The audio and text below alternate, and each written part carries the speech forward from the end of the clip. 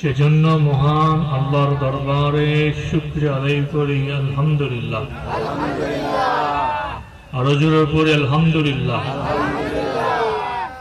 আমার আল্লাহ তাআলা বলেন, আমার যে বান্দা আমার প্রতি শুকরিয়া আদায় করে আমি সে বান্দার সুস্থতার নিয়ামত বাড়াইয়া দেই।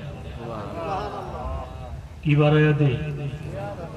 সুস্থতার নিয়ামত বাড়াইয়া দেই, তার রিজিক বাড়াইয়া দেই, তার রহমত বাড়াইয়া দেই, এবং কি তার যত যাবতীয় রহমত আছে তার প্রতি আমি রহমত নাজিল। এজন্য আবার বলি আলহামদুলিল্লাহ। এই কোরআনের বাগান, এই তাফসীরের বাগান, এই জান্নাতের বাগান আয়োজন করার প্রথম আবিধাবি অর্থ লক্ষ্য হচ্ছে আল্লাহকে রাজি খুশি করা, ঠিক কিনা? না অন্য কোন উদ্দেশ্যে? আজকে যেখানে আসছি কাকে খুশি করার জন্য? নাকি বিরিয়ানি পাওয়ানোর লিগে? না থাকলে দায়িত্ব না। এই জন্য আল্লাহ তাআলা বলে, যেখানে কোরআনের মাহফিল হয়, যেখানে জিকিরের মাহফিল হয়, যেখানে দুরূদ শরীফের মজলিসের মাহফিল হয়, এখানে আমি আল্লাহ জমিনে রহমত নাজিল করতে থাকি। সুবহানাল্লাহ। কি নাজিল করতে থাকি? রহমত নাজিল করতে থাকি। আজকে আমরা আল্লাহকে ডাকতে ভুলে গেছি, আল্লাহর রহমত থেকে নিরাশ হয়ে যাচ্ছি,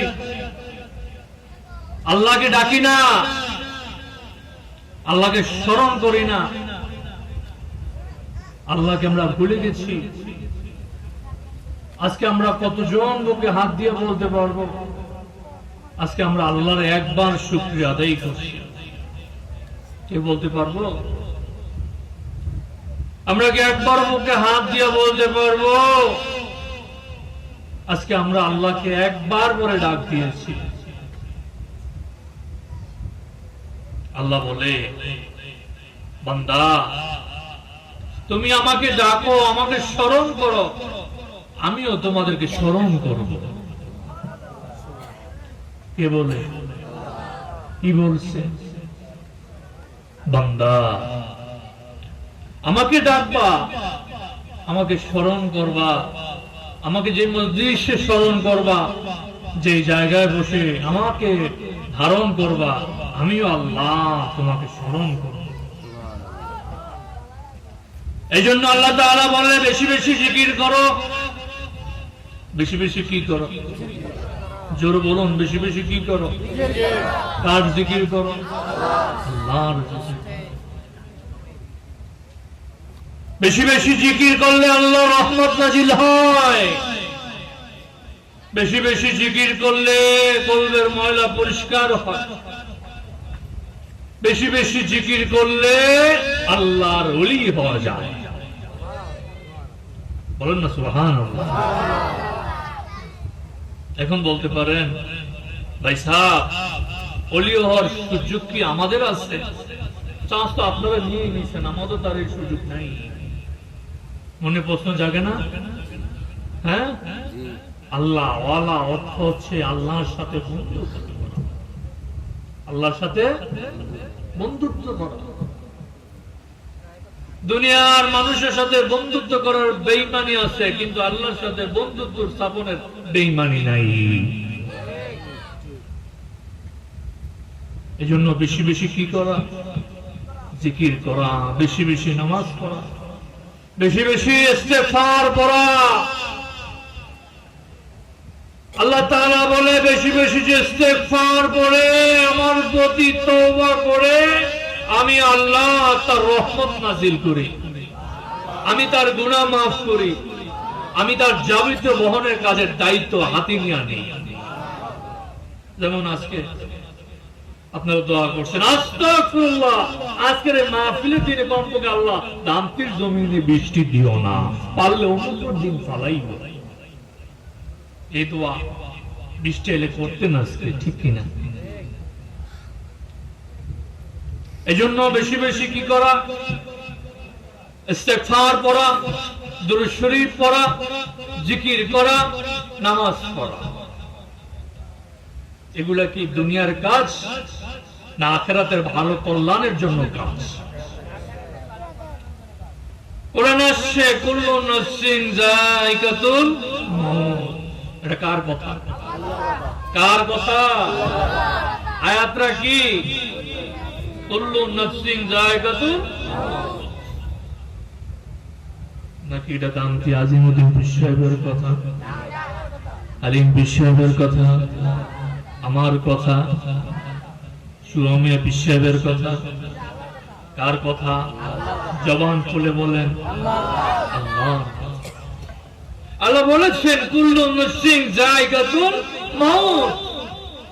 বান্দা, তোমার যখন মউত হবে, তোমার যখন যে সময় আমি নির্ধারিত যে টাইমে যে সেকেন্ডে লিখে দিয়েছি, এই টাইমে সময়ে সেকেন্ডে তোমার মৃত্যু নসিব হয়ে যাবে। সুতরাং প্রস্তুত থাকো। তোমার মউত কেউ জানে না, তোমার বাবা জানে না, তোমার মা জানে না, তোমার ভাই জানে না, তোমার বোন জানে না, তোমার পাড়া প্রতিবেশী জানে না। সুতরাং এক কথা তুমিও জানো না। এজন্য আমি আল্লাহ ঘোষণা করি, মৃত্যুর জন্য সব সময় উপস্থিত থাকো। তখন নবী করিম সাল্লাল্লাহু আলাইহি সাল্লাম উম্মতদেরকে জানাই দিলেন, হে আমার উম্মতরা, হে আমার সাহাবারা, তোমরা কি জানো? সাহাবায়ে কেরাম বললেন, ইয়া রাসূলুল্লাহ, আমরা জানি না, আমাদের আল্লাহ পাক এবং রাসূল ভালো জানেন। রাসূল সাল্লাল্লাহু আলাইহি সাল্লাম বলেন, যে উম্মত মৃত্যুকে ভয় করবে, আল্লাহর সাথে বন্ধুত্ব সম্পর্ক রাখবে, মৃত্যুকে গ্রহণ করে নিবে, মৃত্যুকে আগলাই নিবে, আল্লাহ ওয়াদা করে দিয়েছে এই বান্দার মৃত্যুর সময় আল্লাহ কষ্ট দিবে না। কি দিবে না? কষ্ট দিবে না। মৃত্যুর কষ্ট কেমন আপনারা জানেন? জানেন? বলেন জানেন? জানেন? আদম আলাইহিস সালাম নবী ছিলেন না ছিলেন? ছিলেন না ছিলেন? আদম আলাইহিস সালামের জমানার সময় মানুষ ছিল না ছিল? এই মানুষগুলো এখন কোথায়? কোথায়? তারা কি হাওয়া হয়ে গেছে? কোথায় আছে? ইউসুফ নবী ছিলেন না ছিলেন? ইউসুফ নবী আমলের সময় ওনার উম্মত ছিল না ছিল?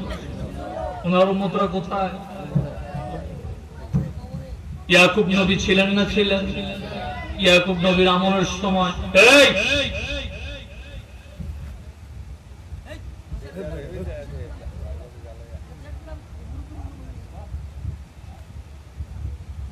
ইয়াকুব নবী ছিলেন না ছিলেন? ওনার উম্মত ছিলেন না ছিল? ওনার উম্মতরা কোথায়? কেউ কি হাওয়া হয়ে গেছে? সবাই? সুতরাং কবরে জিন্দেগি বলা যায় না, কবরে কত বছর থাকবো আমরা কেউ বলতে পারি না। কবর এমন একটা কবর, এই কবর মেসেজ দিয়েছে, আমার আল্লাহর বান্দারা শুনে যাও, শুনে যাও, আমি এমন একটা ঘর, পোকামাকড়ের ঘর, অন্ধকারের ঘর, সাপ বিচ্ছুর ঘর, এই ঘরের দরজা নেই, এই ঘরে জানালা নেই, এই ঘরে পাড়া প্রতিবেশী তোমার সাথে কেউ সঙ্গী হবে না, তোমার স্ত্রীর সঙ্গী হবে না, তোমার সন্তান সঙ্গী হবে না, তোমার বন্ধুর সঙ্গী হবে না, এই কবরের সাথে তোমার সঙ্গী হবে ঈমান এবং আমল। তখন আমরা জানতে চাইলাম, হে কবর, হে মাটি, তাহলে তুমি বলে দাও ওই কবরে তোমার কাছে গেলে কিভাবে শান্তিতে থাকতে পারবে? ওই কবর জানায় দিয়েছে হযরত আলী মা ফাতেমা যখন দুনিয়া থেকে বিদায় নিয়েছেন, মুহাম্মদ সাল্লাল্লাহু আলাইহি সাল্লামের মেয়ে ওই কবরও আমাকে বলছে, কবর তুমি কি জানো আমি কাকে রেখে যাচ্ছি? জান্নাতের সর্দার। তুমি কি রেখে যাচ্ছ? বিশ্বনবী হযরত মুহাম্মদ মুস্তাফা সাল্লাল্লাহু আলাইহি সাল্লামের কন্যা। কবর জবান খুলে গেল, আমি কোন সর্দার চিনি না, আমি কাউকে চিনি না, আমি কোন বাদশার মেয়ে চিনি না, আমি চিনি আল্লাহওয়ালা, দিনদারওয়ালা।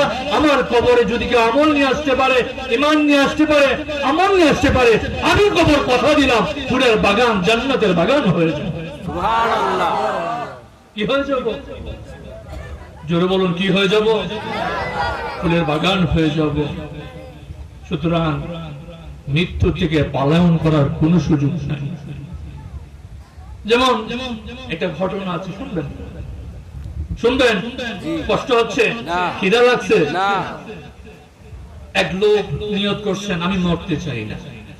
কি চাই না? আমি মরতে চাই না, আমি অমর হতে চাই। অমর হওয়া যায়? অমর হতে পারবেন? অমর হতে চাই, মৃত্যু বরণ করতে চাই। উনি পরিবার সাথে সম্পর্ক শেষ করে উনি সবাইকে বিদায় জানিয়ে রওনা দিলেন যে আজকে আমি একটা নির্জন অনেক দূরে চলে যাব, যেখানে মানুষ থাকে না, কেউ থাকে না, নিরিবিলি এক দুর্জন জায়গায় চলে যাব। উনি চলে গেলেন, গিয়ে দেখলেন বিশাল বড় কোনো মানুষ নেই। উনি সুযোগ পাইলেন, এটাই চান্স, এখানে তো বান্দা যেমন আল্লাহর নাই, আল্লাহ মনে এই জায়গাটা চিনে না। ওই পাহাড়ে উঠলেন, উঠে দেখলেন বিশাল বড় এক গর্ত। ওই গর্তদের দেখলেন এক মুরব্বী বসে রয়েছে। কে বসে রয়েছে? মুরব্বী বসে রয়েছে, চুল পাকা, দাড়ি পাকা, সাদা জুব্বা পরা হয়ে রয়েছে। পাগলাই মুচকি একটা হাসি দিল। আমি তো একা পাগল না, আরেকজন পাগল আছে। কি বলেন? আমি কি একা পাগল? আরেকজন তো পাগল আছে।